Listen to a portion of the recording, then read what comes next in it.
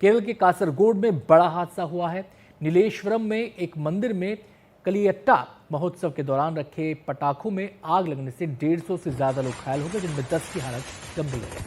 ये हादसा वहां आतिशबाजी के दौरान कल आधी रात के करीब हुआ है। घायलों को पास के अस्पताल में भर्ती करवा दिया गया है। आतिशबाजी देखने बड़ी संख्या में लोग आए थे, जिसकी तस्वीरें आपके सामने हैं। और उसके बाद कुछ इस तरह की स्थिति पैदा हुई। पटाखों में आग लगने के बाद वहाँ पर भगदड़ में भी कई लोग घायल हुए हैं, क्योंकि जैसे ही वहाँ पर आग लगी उसके बाद लोग घबरा गए, अफरा तफरी वहाँ पर मच गई। पुलिस ने मंदिर कमेटी के अध्यक्ष और सचिव को हिरासत में लिया है। कासरगोड के कलेक्टर का ये कहना है कि पटाखों के भंडारण के लिए अनुमति नहीं ली गई थी। तो पटाखे जहाँ पे स्टॉक किए गए थे उसके लिए इजाज़त नहीं ली गई थी। उसका रखरखाव किस तरह से किया गया ये भी यहाँ पर साफ नहीं है। उमा सुधीर के पास हम चलते हैं, हमारे साथ हमारी सहयोगी फोन लाइन पर जुड़ गई हैं। उमा, इस वक्त घायलों की क्या स्थिति है और क्या अब तस्वीर साफ हो पाई है कि ये हादसा आखिर हुआ कैसे? 100 के करीब लोग अस्पताल में भर्ती हैं और उनमें से 8 लोग 80% तक उनको बर्न इंजरीज आई हैं, तो उनकी जो हालत है वो गंभीर बताई जाती है। 154 लोगों की हमने बात की थी, क्योंकि वहाँ पे करीब 1500 लोग जमा हुए थे इस संयम के फेस्टिविटीज के लिए, उत्सव के लिए। और एक तरह से नॉर्थ मलाबार में दिवाली के संदर्भ में नहीं, लेकिन हर मंदिर में एक तरह से आतिशबाजी होती है फेस्टिविटीज के दौरान। और उसी दौरान कल रात को 12:30 बजे करीब ये पटाखे फोड़े गए। और उसमें दिक्कत ये थी कि जो जिस जगह पर 30,000 करीब रुपए के जो पटाखे लाए गए थे वो रखे गए थे, उनमें एक चिंगारी पड़ी और उससे ये एक्सप्लोजन हो गया। और जो लोग वहां पे थे उनको ये इंजरीज उसकी वजह से आई हैं।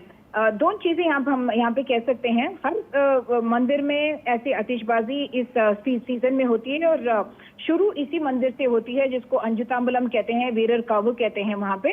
और केरला के हाईकोर्ट ने मार्च के महीने में ही कहा था, जब किसी डिस्ट्रिक्ट अथॉरिटीज ने कहा कि ऐसी आतिशबाजी को मना कर देना चाहिए क्योंकि एक्सीडेंट की संभावना होती है, तो उन्होंने कहा कि इस तरह से जो कस्टम है, जो ट्रेडिशन है, रिवाज है, रीति रिवाज, उनको खत्म नहीं किया जा सकता। हालांकि जो प्रिकॉशंस है वो लिए जाने चाहिए।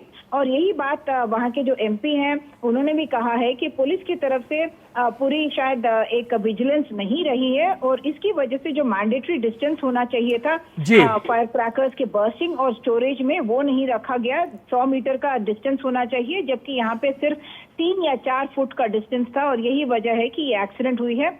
2016 में आपको याद होगा कि एक बहुत बड़ा एक्सीडेंट हुआ था। उमा, ये और बताएं कि डिस्टेंस की बात आपने बताई कि 100 मीटर का एक प्रिकॉशनरी डिस्टेंस होता है, वो यहाँ पर मेंटेन नहीं किया गया। ये जो फायर क्रैकर्स रखे गए थे, क्या इनको ओपन में ही रखा गया था या इनको रखने के लिए कोई एक कवर्ड एरिया था? और इनकी सिक्योरिटी के लिए क्या कोई व्यवस्था थी या नहीं थी वहाँ पर? और वहाँ पर कोई टीम वहाँ पर मौजूद थी नहीं थी? पुलिस के इंतजाम क्या थे? इसके बारे में ज़रा जानकारी और दें। जो फायर क्रैकर्स थे वो सिर्फ 30,000 रुपए के फायर क्रैकर्स वहाँ पे रखे गए थे। कुछ लोगों का कहना है कि कुछ चाइनीज मेक के जो फायर क्रैकर्स थे वो लाए गए थे, और उनको स्टोर भी एक छोटे रूम में रखा गया था, जिनका एक टिन शेड था। यानी कि जो 30,000 के अगर आप देखें तो फायर क्रैकर्स बहुत ही कम ही होंगे, लेकिन जो इम्पैक्ट होता है जब एक क्लोज एरिया में होता है, और जो टिन शेड भी वहां से उड़ गया और पूरा सारा कुछ ही जो हम विजुअल्स में देख रहे हैं वही वो दिख रहा है कि वो इम्पैक्ट है।